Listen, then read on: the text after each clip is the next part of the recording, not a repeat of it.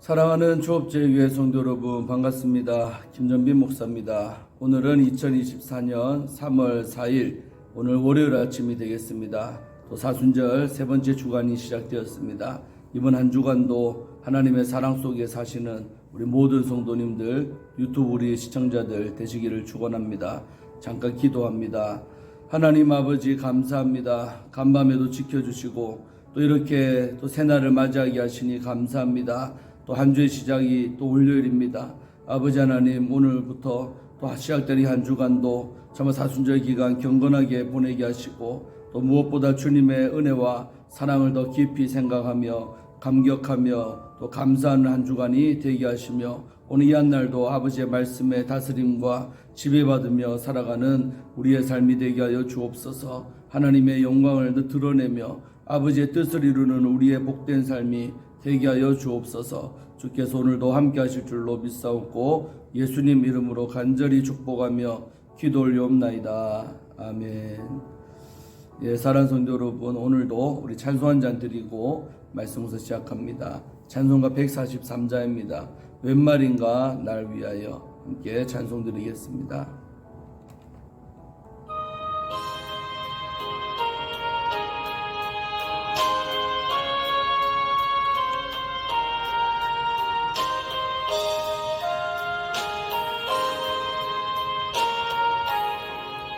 웬 말인가 날 위하여 주 돌아가셨나. 이 벌레가 든 날 위해 큰 해 받으셨나. 내 지은 죄 다 지시고 못 박히셨으니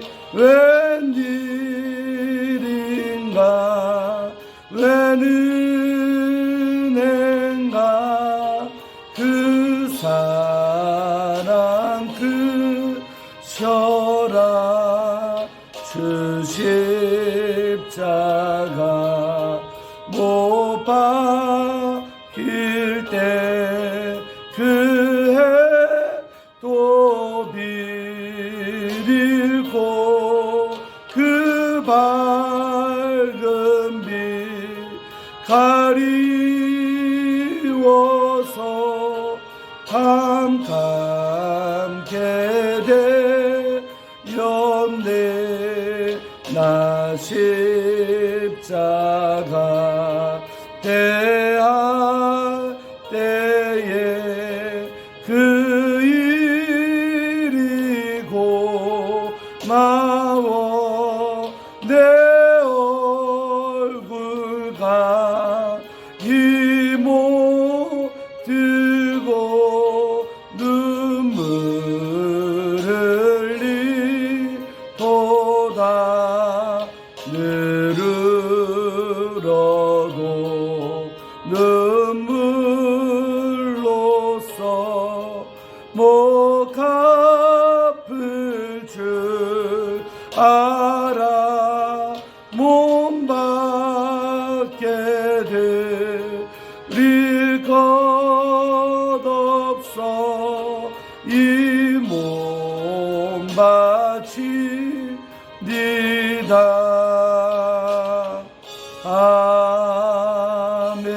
아멘. 아멘. 오늘 우리 우리 함께 말씀 묵상하실 본문은 사무엘하 7장입니다. 1절부터 7절까지 말씀을 함께 묵상하겠습니다. 제가 읽어드리겠습니다. 이 말씀은 하나님의 말씀입니다. 여호와께서 주위의 모든 원수를 무찌르사 왕으로 궁에 평안히 살게 하신 때에 왕이 선지자 나단에게 이르되 볼지어다 나는 백항목 궁에 살거늘 하나님의 궤는 휘장 가운데 있도다. 나단이 왕께 아뢰되 여호와께서 왕과 함께 계시니 마음에 있는 모든 것을 행하소서 하니라. 그 밤에 여호와의 말씀이 나단에게 임하여 이르시되 가서 내 종 다윗에게 말하기를 여호와께서 이와 같이 말씀하시되 네가 나를 위하여 내가 살 집을 건축하겠느냐. 내가 이스라엘 자손을 애굽에서 인도하여 내던 날부터 오늘까지 집에 살지 아니하고 장막과 성막 안에서 다녔나니 이스라엘 자손과 더불어 다니는 모든 곳에서 내가 내 백성 이스라엘을 먹이라고 명령한 이스라엘 어느 지파들 가운데 하나에게 내가 말하기를 너희가 어찌하여 나를 위하여 백항목 집을 건축하지 아니하였느냐 말하였느냐. 아멘. 오늘은 이제 사무엘하 7장이 시작되겠습니다. 지난 시간 6장에서는 이제 언약궤, 하나님의 언약궤를 향한 다윗의 열심을 우리는 살펴보았죠. 결국 중간에 이제 어려움도 있었지만 결국 시행착오를 거쳐서 이 하나님의 언약궤를 다윗 왕궁 안에 준비된 곳에다가 안치시키고 즐거워했던 다윗을 봅니다. 그래서 다윗은 정말로 자기 삶 가운데 여러 가지 신경 쓸 것도 많이 있었지만 제일 1번으로 바로 영적인 것, 하나님의 말씀, 성령의 임재를 상징하는 그 성막이 아니라 언약궤를 이제 제대로 자리 잡게 만들었던 것이죠. 참 잘한 일입니다. 하나님께서 얼마나 기뻐하셨겠습니까? 자, 그러고 나서 이제 7장인데 또다시 이제 하나님 이뻐하는 짓을 다윗이 하나 또 하게 되는 것이죠. 자, 1절에 보니까 여호와께서 주위의 모든 원수를 무찌르사 왕으로 궁에 평안히 살게 하신 때에 이렇게 나오고 있습니다.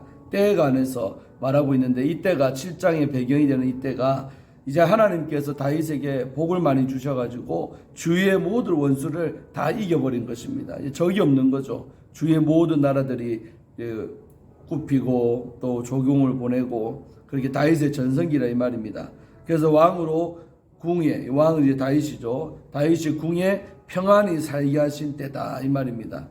보통 사람은 이렇게 등 따시고 배부르고 또 잘 나가면 하나님 생각을 잘 못합니다. 보통은 이제 그렇게 평안하게 되면 자기의 먹고 사는 문제나 이런 것에 더 오히려 신경 쓰게 되는데 오늘 다윗은 이제 이런 때에 어떤 구상을 했는지를 봐야 됩니다. 평안할 때입니다. 어려울 때가 아니라 더 이상 이제 원수도 없고 추격하는 자도 없고 모든 주위의 적들도 잠잠하고 이런 정말 좋은 시절에 이제 어떤 생각을 하나 했는데 2절에 보면 얼마나 기특한지 모릅니다.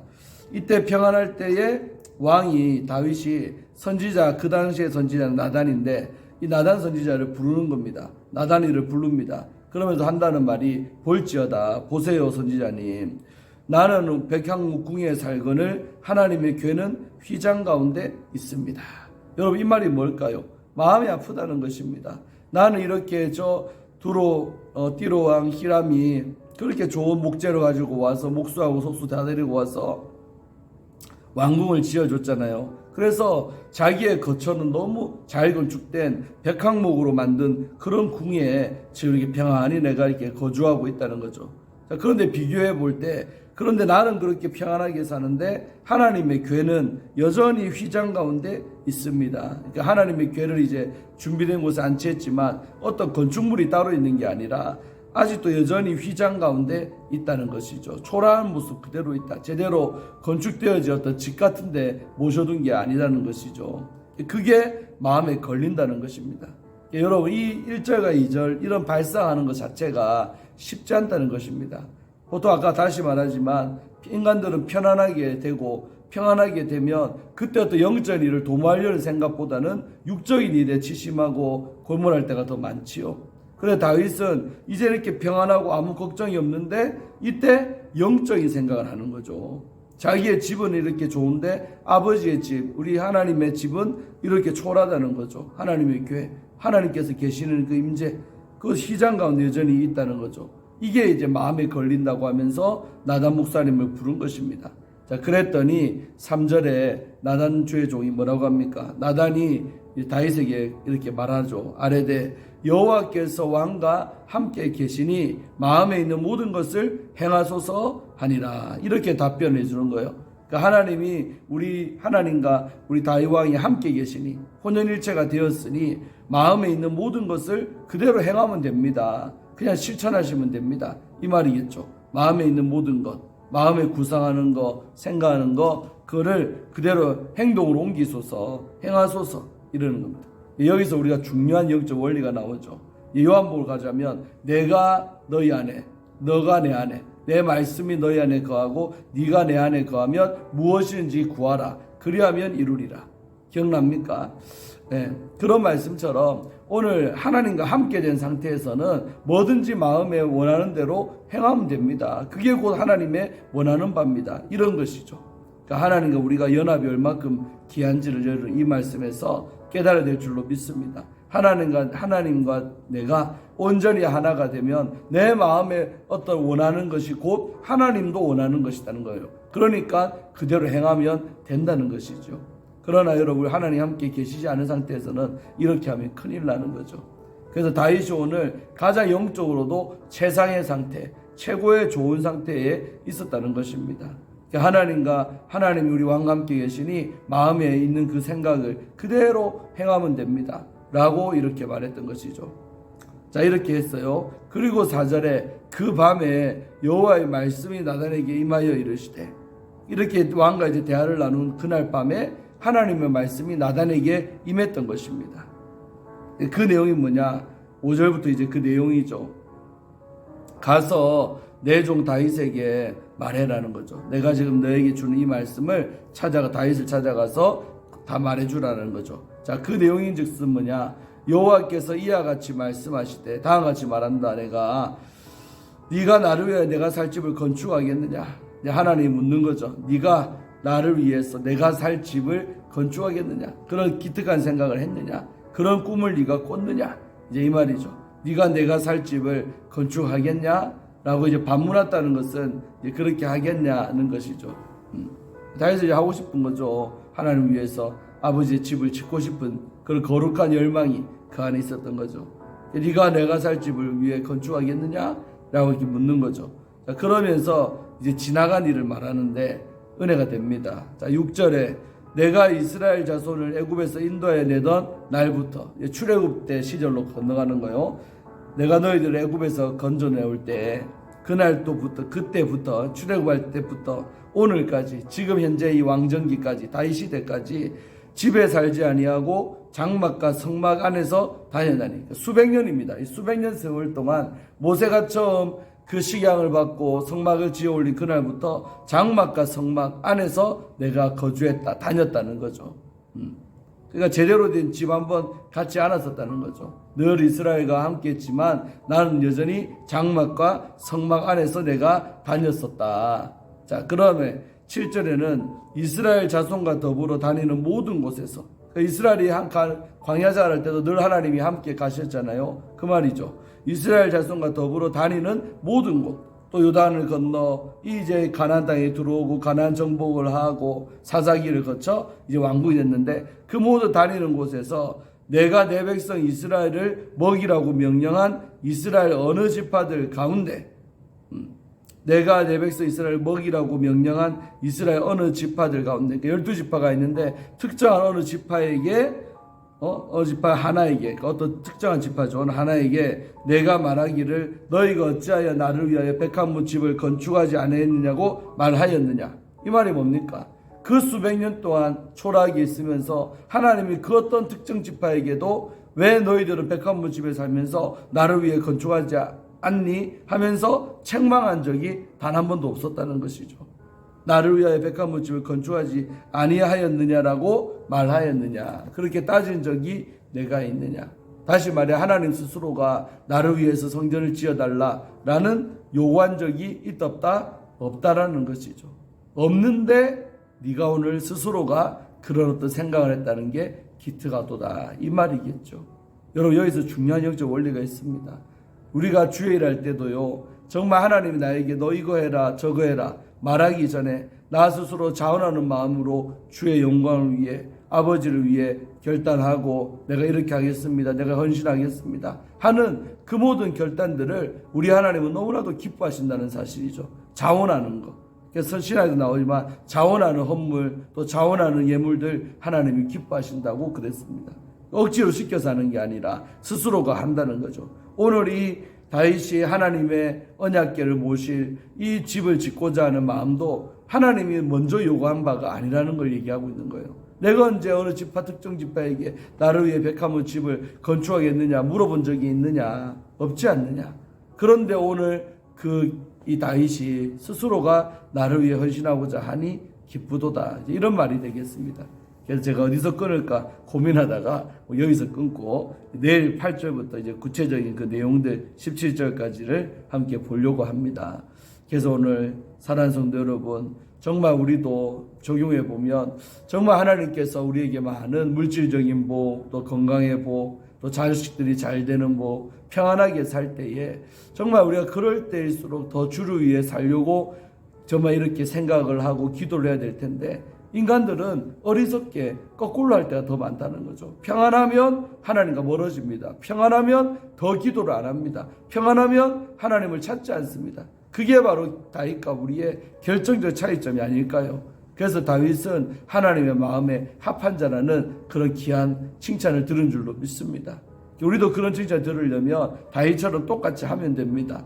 평안하게 살게 하실 때에 내가 하나님의 영광을 위해서 어떻게 살까? 그런 고민을, 거룩한 고민을 하고, 정말 하나님께서 나를 평안하게 하셨을 때 내가 주를 위해 어떻게 내 인생을 헌신할까? 어떤 그런 고민을 하고 실천에 옮긴다면 우리 하나님께서 얼마나 우리를 크게 축복하지 아니하겠습니까?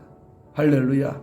그래서 우리가 저 평안한 시절에 주를 위해 더 살려고 애쓰시고 기도도 더 많이 하고 그때 예배생활 더 잘한다면 우리는 더 큰 축복을 받는 위대한 다윗처럼 하나님의 마음에 합한 인생들이 될 줄로 믿습니다. 오늘 이 한 날도 승리하시고 정말로 우리가 영적으로 하나님을 위한 일들을 도모하고 또 나 스스로가 시키지 아니해도 하나님의 영광을 위하여 자진하는 마음으로 자원하는 심령으로 헌신하기를 원합니다. 이번 한 주간도 사순절 이제 세 번째 주간이 시작됐는데 정말 주 안에서 잘 보내시고 승리하는 여러분 되기를 주의 이름으로 축원드리겠습니다. 기도하고 마치겠습니다.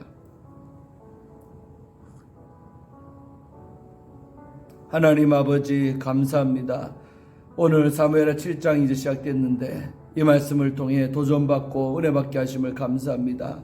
사무엘하 6장에서 다윗은 하나님의 언약궤를 모셔오는 거룩한 일을 감당했고 또 7장이 돼서는 자기의 삶의 모든 원수를 하나님께서 없애주시고 평안하게 살게 하실 때 다윗은 자기 자신을 위한 꿈을 꿨던 것이 아니라 하나님의 영광을 드러내기 위하여 하나님을 위한 일을 하려고 오늘 구상을 하고 꿈을 꿨습니다. 오늘 이런 것들이 얼마나 하나님 마음을 기쁘게 했는지요. 아버지 우리의 삶도 마찬가지인 줄로 믿습니다. 아버지께서 시키는 일만 하는 것이 아니라 시키지 아니해도 나 스스로 자원하는 마음으로 감동돼서 아버지 일들을 하기를 원합니다. 하나님께서 원하는 기뻐하는 일을 내 스스로 헌신하기를 원합니다. 또한 평안하고 등 따시고 배부를 때 정말 우리는 더 기도하고 더 하나님을 찾고 더 예배하기 힘쓰는 우리 모든 성도들 되게 하여 주옵소서. 그리할 때에 다윗과 같은 이런 위대한 하나님의 신앙인이 되고 또 마음에 합한 종이라고 칭찬 들을 줄로 믿사오니 아버지 하나님 우리의 삶을 지키시고 보호하시고 함께하여 주시고 아버지를 위해서 자원하는 헌신의 삶을 살아갈 수 있는 우리 조업제일의 모든 성도님들 또 유튜브 우리 시청자님들 되게 하여 주시옵소서. 주님께서 우리와 함께 하실 줄로 믿습니다. 역사하여 주옵시고 오늘 하루도 하나님의 영광을 나타내는 우리의 삶이 되게 하여 주옵소서. 감사드리옵고 우리 주 예수님 이름으로 감사하며 축복하며 기도 올리옵나이다. 아멘. 사랑하는 성도 여러분, 오늘도 잘 지내시고 내일 아침에 뵙도록 하겠습니다. 한 주의 시작입니다. 분명히 오늘은 어제보다 더 나은 날이 될 줄로 믿습니다. 들어가시기 바랍니다. 샬롬.